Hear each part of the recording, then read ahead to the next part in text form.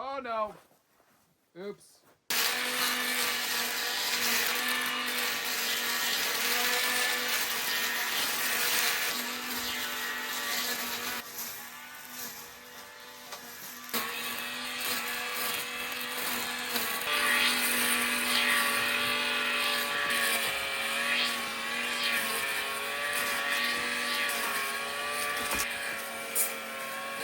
I am James ALOFS. I left the big city to build an off-grid homestead on 40 acres of Canadian wilderness. This area of Ontario has giant ridgelines, deep valleys, and pure rivers. Black bears, gray wolves, mountain lions, moose, and many forest spirits share the land.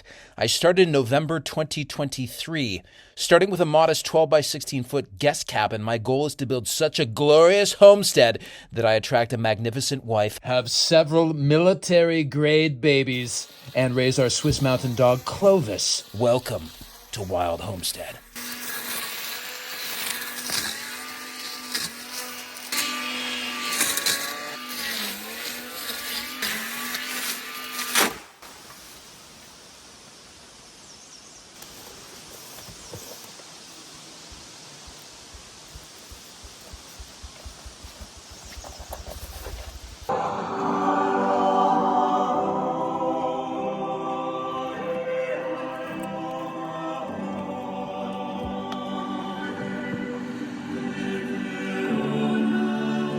And yeah, the industry does suck, but like there are people my age doing great work, and I'm just not one of them.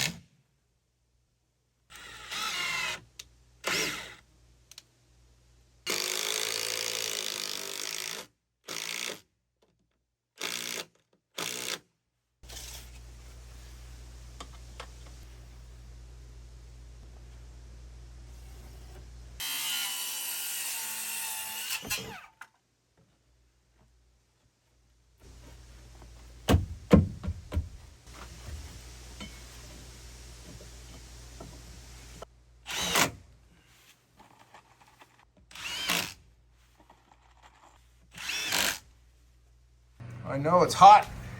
It's hot, isn't it, buddy? You like it in here by the fan. You got the fan blowing right on you. Yeah, you're smart.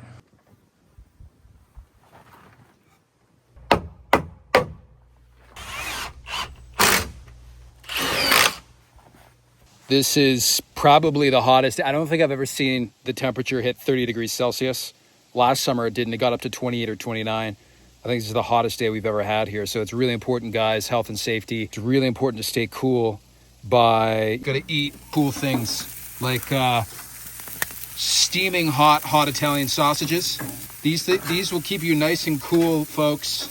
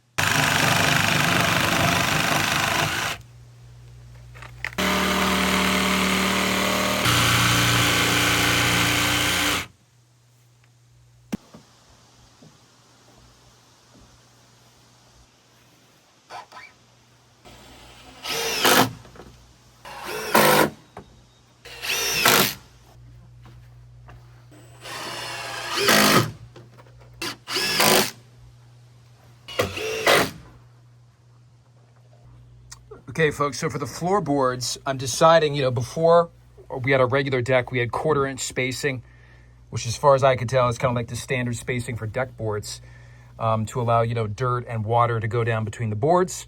But for this, because we are, this is going to be covered and screened, so we're not getting moisture and stuff down onto these, and we don't want bugs coming up from underneath, I figured we might as well just put them flush with one another to keep any bugs from coming up from underneath.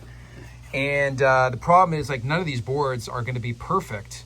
So you can see here we're okay, but we open up this gap. So I think there's two options. I think the first option is we could just put a bead of silicone in between the boards. The other thing we could do is, I've seen that they've got pressure treated plywood. That would probably be more robust. That's going to be more expensive. Let me see what 1/2-inch plywood would look, because I don't know if you have the clearance with the door. All right. We got some 1/2-inch plywood here. The main thing is with the door, if we've got this stacked. Is this flush? What's the... Ooh, that is closer. It's pretty dang close, though. I don't know if we should do it, folks. I think it's probably just to use silicone beads. It's a lot cheaper. It's a lot faster. Dudes, it is like 10 degrees cooler underneath here, underneath this this back awning. Holy cow, is this nice.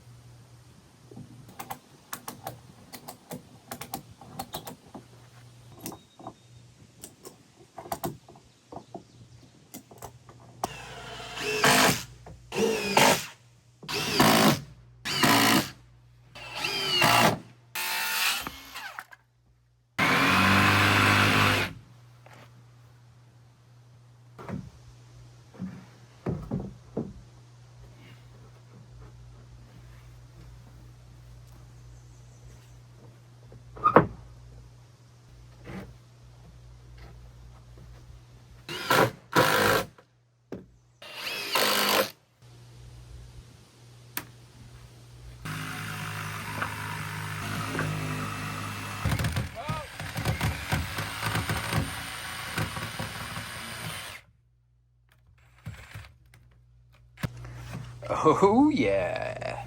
It's pretty tight, folks. I think we'll come back at some point you know, once we get it screened in, and try to put a bead of silicone over these cracks. Again, didn't want to put any plywood underneath there because it would give us not enough margin under the door. But I think it looks pretty good. Also, just to note, these two posts, this post is about 1 inch out further than that post. So like this box is not, you know, perfectly square. But the bit larger box is, and that's because these two posts are slightly different lengths. This one's an inch shorter out than that one. It was very difficult to get both of these posts the same distance out from the building because the diameters, right? That fat end, that's a butt end of the log, and that's a top end of the log, or vice versa. So when I was measuring out from this top log to try to get them equidistant, there was a bit of a discrepancy. So I thought it's more important to have the posts directly under the ends than it is having these two posts, you know, being aligned with one another. Now for the next step, I've decided on the weekend, I went in and ordered the steel for the roof going out. And the original plan was to have the same end to the roof, the same cantilevered end, you know, where it peaks out. You can see our cantilevered end. The eaves beams end here, but then I've got that ridge board going out another kind of 2 feet, 3 feet past the end. And then we've got a slant to the roof. So that's what I was going to do here as well. I was going to have the ridge beam extension going out, you know, 2 feet beyond here, and then having that last rafter angled in, you know, to be flush with the ends there. You know, the same thing that we have here. But after ordering the steel, I'm like, you know what? We got enough steel. It's the same price because you can't order the steel like cut on angles, right? So we've got enough steel to extend the bottom out here out another 2 feet. So I'm like, you know what? Why not just do that an extra 2 feet? That's going to give us more coverage, especially with snow blowing on an angle or even in big rainstorms. Right, to have it come out 2 feet here is going to give more coverage for the porch. So I changed my mind. I'm like, let's just do it 2 feet. So to do that though, we can't just have, right, we've got double 2x4 top plates sitting on top of these eaves beams. I can't just bring double 2x4s out. That's not going to be strong enough. So I've decided to actually have these eaves beams come out another 2 feet. But to do that, we can't really use them in their current form with this lap joint on the end because that kind of weakens the strength of the 6x6. And it's fine, I think, because it's only weakened directly beneath here where this post is sitting. So there's overlap. It should be fine. But to bring it out an extra 2 feet, we actually need to use a new beam. So I've bought in 3 new beams for right here. That way we can fully utilize all the steel that we've ordered and have more overhang. I think it's the right thing to do.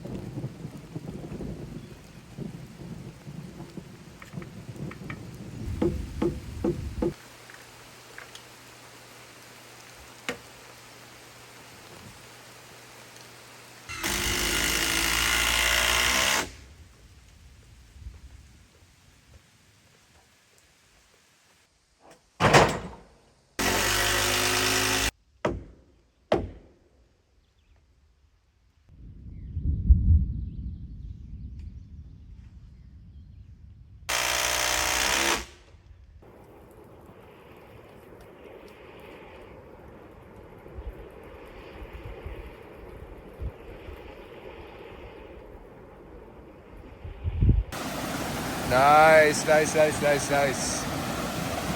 Whoa! Oh! This is the way to cool down, baby. Whoa! Oh! Oh! Oh! This feels so good. Oh, and it makes the bug bites feel much better. Woo-wee! Folks, if you can live near a waterfall, I highly recommend.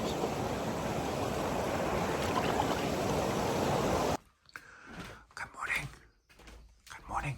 Hello. Hello. Oh, no. Crate. Crate. No, crate. Clovis, crate.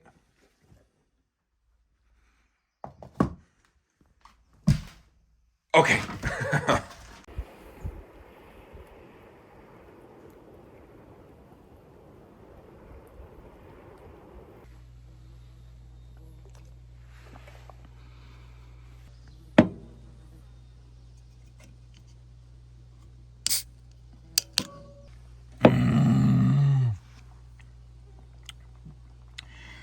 What a refreshing combo.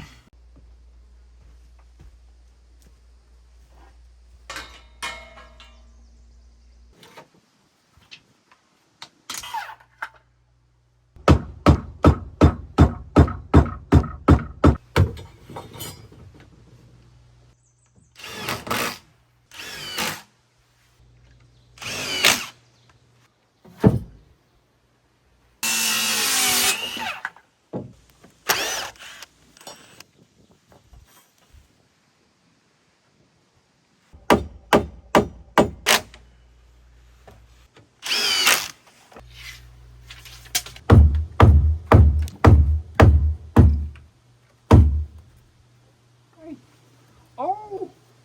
Oh, hello. Oh. Oh.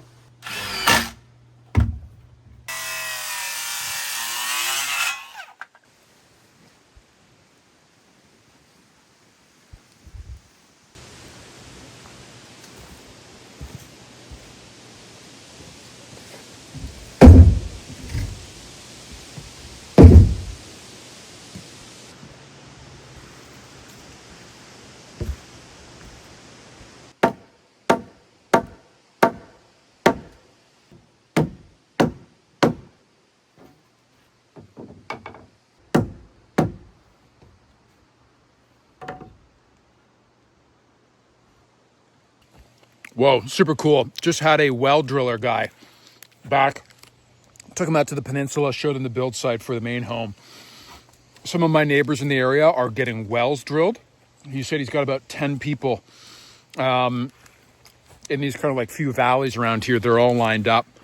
So I'm thinking about getting a drilled well, because after we do this, we got to do the forest gym. And then I think we're going to tackle the bathroom addition over here.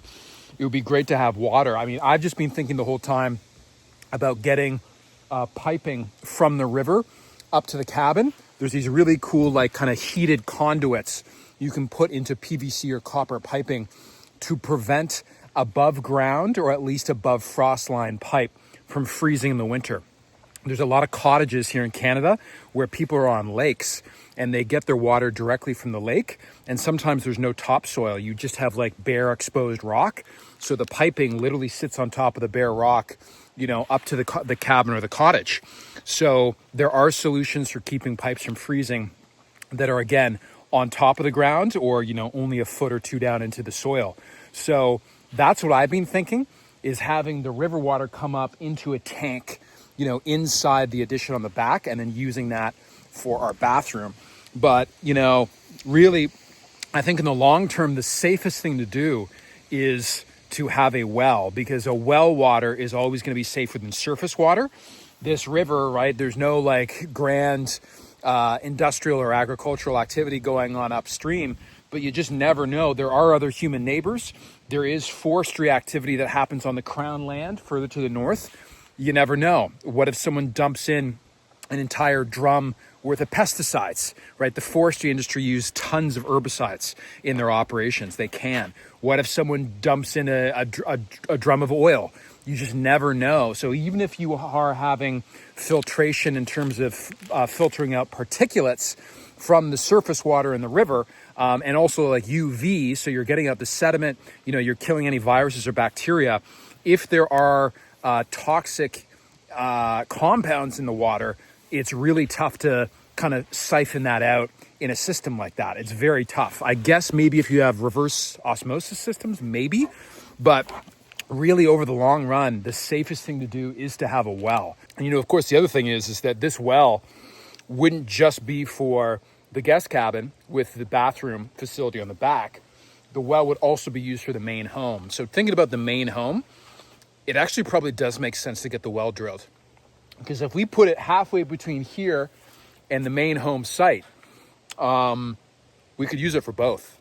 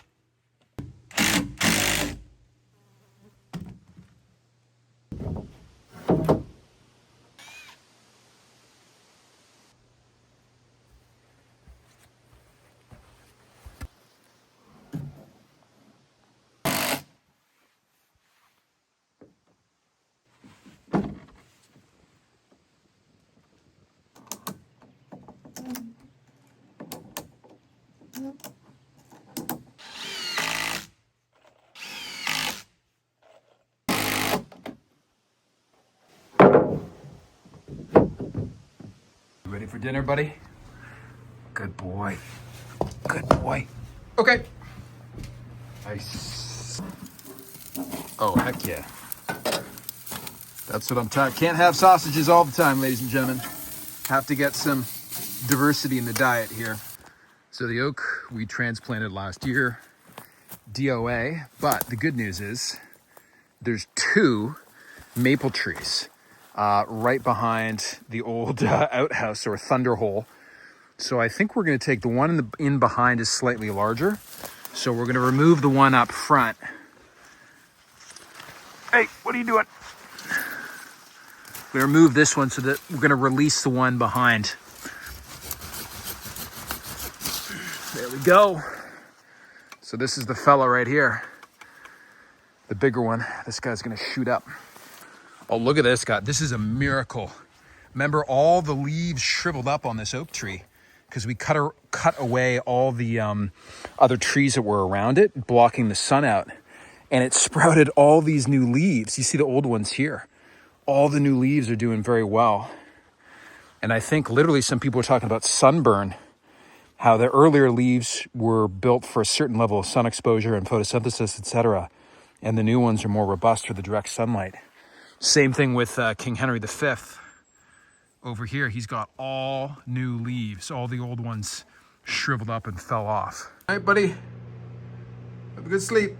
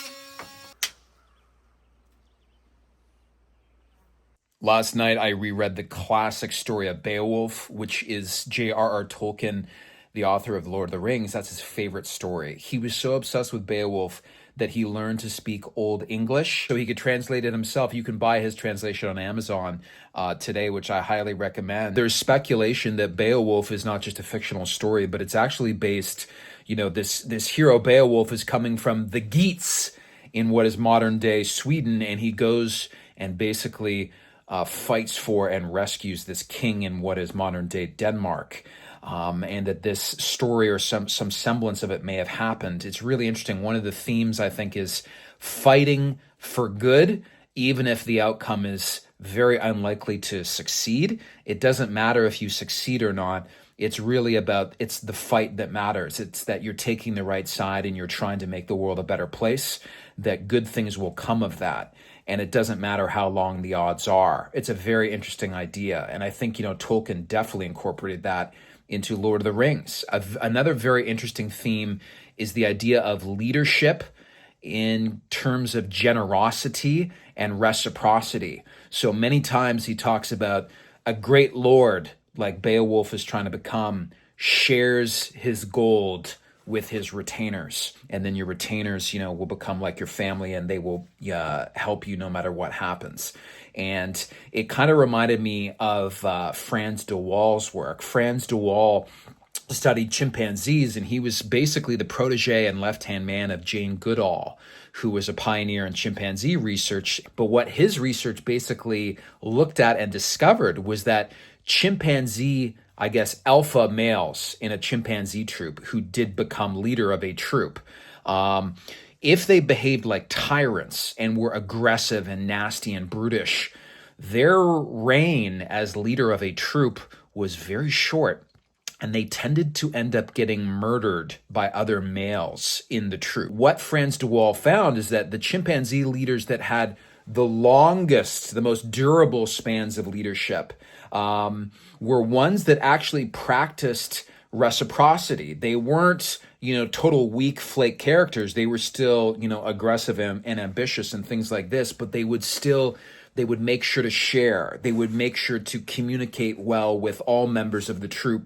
It's kind of really interesting. While reading Beowulf again last night, it kind of reminded me that Beowulf sounds like these successful chimpanzee leaders that Frans de Waal is talking about in his research. So Beowulf is definitely worth a read. It's fascinating. It's almost certainly at least partially based on a true life story that happened in probably the 400s AD, also, around the time of King Clovis and the fall of the Roman Empire. So it's a fascinating read. The oldest fairy tale or mythological tale in the English language, Beowulf. I highly suggest you check it out.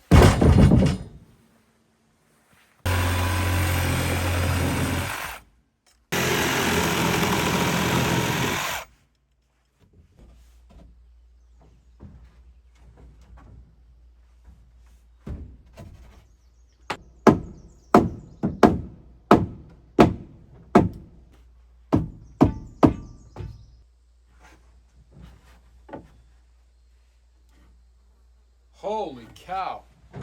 Wow. Oh, heck yeah. Right on. Right on, ladies and gentlemen. Right on. Oh, yeah.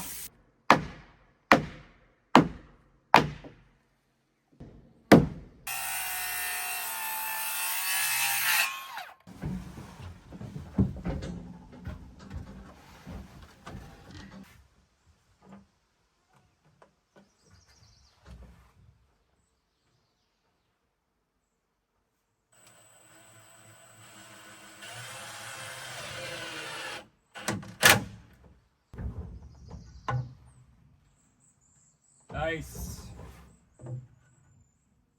Nice. Nice.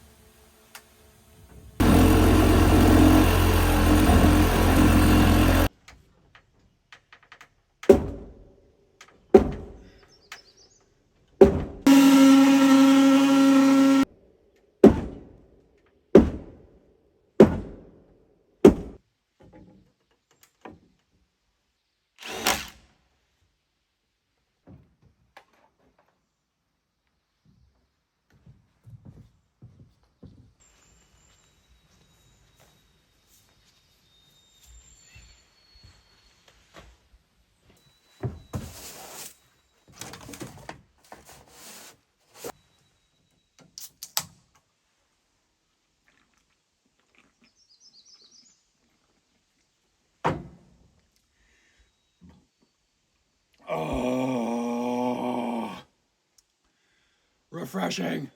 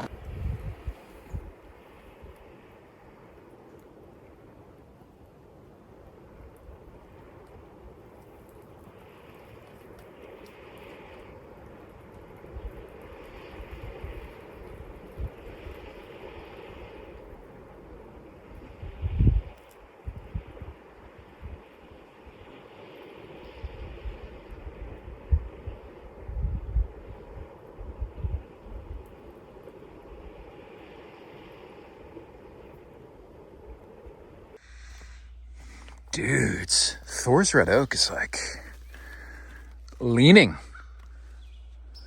Clovis, what do you think?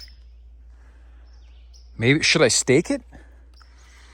Should I put a stake and tie Thor's red oak? Because there's so many leaves. Huh. Erectile difficulties.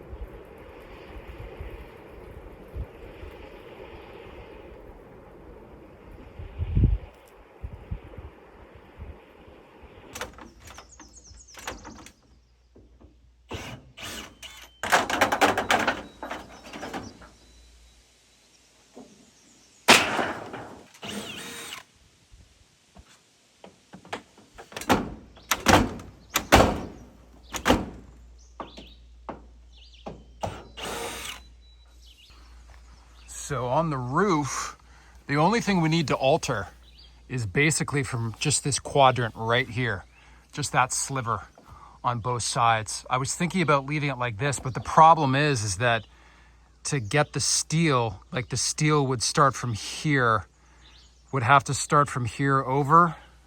Could we engineer that? I mean, maybe. You'd basically save this much steel.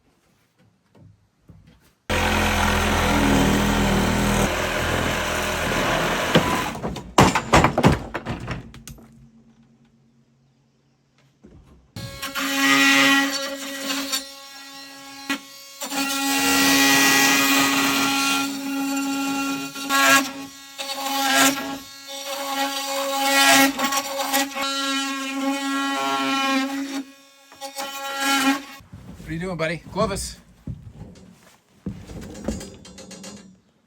Clovis, don't be weird.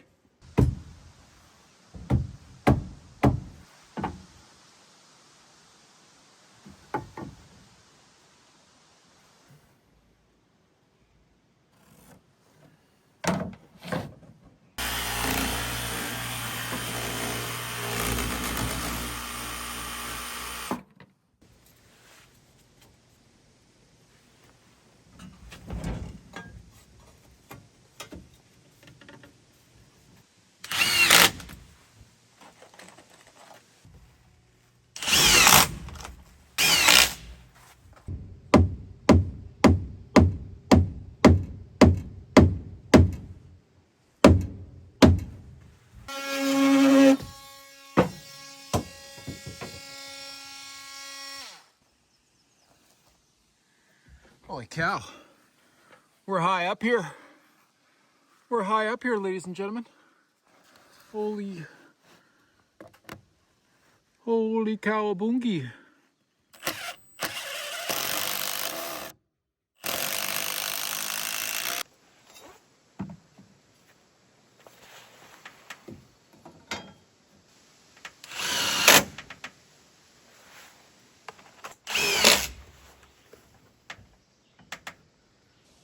I got this DM from this guy on Instagram. He was giving me a whole bunch of crap for, using so many brackets on this extension and in general. But you know what? I like the brackets. Like each one of these, I think is about $10. A box of these screws, I forget. I think it's like $9, $12, something like that. So they are expensive. He's like, just using your long screws, even, some 3-inch screws on different angles should be enough to keep these things together.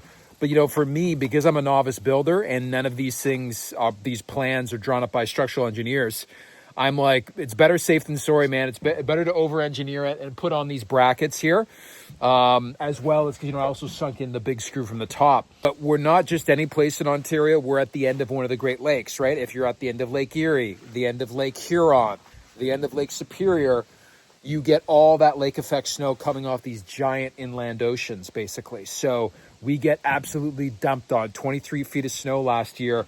So, engineering structures for upstate New York or Western Massachusetts or Idaho or even parts of, other parts of Ontario that do not get the lake effect snow that we do here. The engineering requirements are more stringent, I think, because we have so much snow.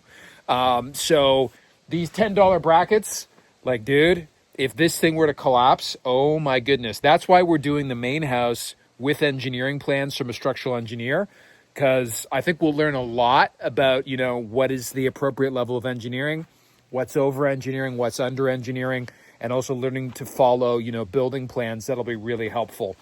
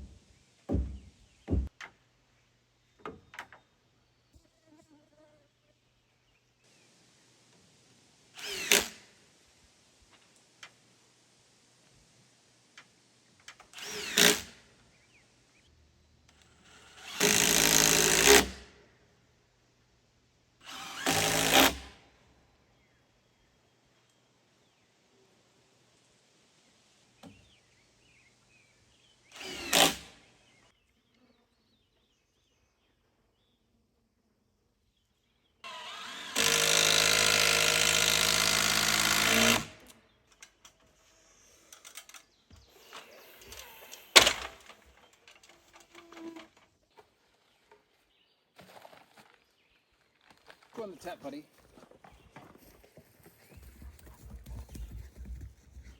Our porch extension is now ready to receive the new rafters. We had to take off the old cantilevered roof. It was just untenable to continue extending that out. But I'm going to try to cut the birds' mouths instead of relying on that 2x4 top plate up there. I'm going to try to cut the bird mouths so they can sit right on the edge of the 6x6. So the calculation, same length of rafters, 16 footers, but just a slightly different calculation in terms of where the bird mouth is going to be cut. And then we're sticking with the 2x10 across the top of the extension on the ridge beam. And we should be good to go, folks. We should be good to go. Now this, as far as I can tell, this is what they call a queen post, if you can see up here. A queen post is where you've got a support post coming down from any roof beam, and it comes into a cross beam, but the cross beam is floating. There's no support, further beneath it. So that's a queen post. As far as I can tell, this would be called a king post, because on our end of the ridge beam here, you've got a post coming from the ridge beam, connects to a cross beam, but the cross beam has a beam going down all the way into the foundation, and where there's actually a foundation post into the ground. So that would be a king post versus a queen post. What I'm thinking is the door is going to be right here, and it's actually going to swing inwards, because that way, if you see here, we've got quite an overhang of the roof. There's 2 horizontal feet of overhang from the roof. So if you look at this, like this is about right at my head height, but when I take a full step out, I'm down here. And look, my head's well beneath here. So when you step off the porch, and we can actually further excavate this down, I think, to make it even lower. But this is perfect because we have the door swinging inwards. You step out, and then you're, out here. My other thought was to put the door right here, but then we'd have to build a dormer, I think, over that entrance. And ain't nobody got no time for that. I mean, we could do that, but I just don't want to put that much time and energy into putting a dormer on the extension. It's quite stupendous, ladies and gents. We need to cut a window, I think, into the river there, and then into the river valley, maybe straight ahead here. I think the biggest risk in this extension is the fact that these beams, I have not put post jacks on the bottom, because the post jacks they had in town, the ones that were available, even the ones on Amazon, are really kind of, I think, flimsy. The ones I ordered from the UK are hopefully be in next week. But my hypothesis is that the cabin, all these logs have been peeled for at least a year and a half, and they've been stacked with the roof sitting on top for just over a year now, including having historic snow loads through last winter. So my hypothesis is that they've pretty much done a lot of the settling, 80% of the settling and the drying that they're going to do. These aren't huge logs. Remember, the average diameter is 8 inches. If you can see on top here, you see this crinkle in the tape? When this door went in, whatever, last May, that's how much shrinking or compression has occurred. So again, it is taking a bit of a gamble, but if we do notice, on the roof line, if we start to see any crinking or angling up on the roof panels, it's going to be a bit of a pain, but it's not too much. On these 5 posts, we just cut the bottoms, put in the post jacks on the bottom, and then just crank them down or up as needed. Hey there, buddy. Well, folks, you remember this? It's all ferned in, but we still have these insulated tarps where we were drying the cement around these beams. Remember last, I guess that was late November, early December. But this is the 10 by 10 feet platform where we're going to build our forest gym. And this is the cliffside. It goes way down over here. It's much steeper drop off than over by the cabin. I don't know if you can see this, but it just drops way off. And that is a pretty killer view of the river. So we just got to punch out right here. I lined it up, the foundation, so it's looking directly at the river. So if we punch a hole right here, we should be able to see the bend in the river.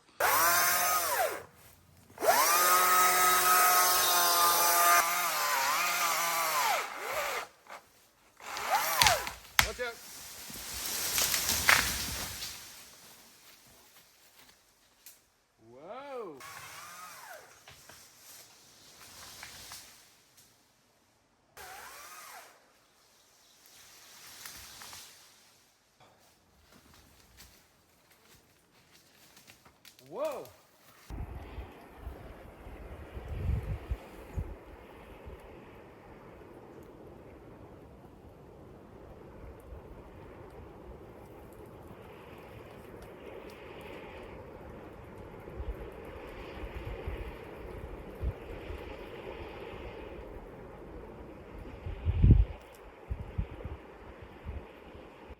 Thanks for watching this week, folks. Strength and honor to you. May the gods bless you, both the old gods and the new. Our gym equipment is getting in next week. I'm super excited to finish off this roof extension for the covered porch and then get right into the forest gym, milling up a storm. And it's not just a forest gym, folks. It's going to be Thor's Power Hall. And remember, folks, if you've just started a new job, and your boss comes up to you and says, hey, I'd like you to work on this PowerPoint presentation over the weekend. What's your email? Tell your boss that your email is Keir Starmer is my spirit animal @oogabooga.com.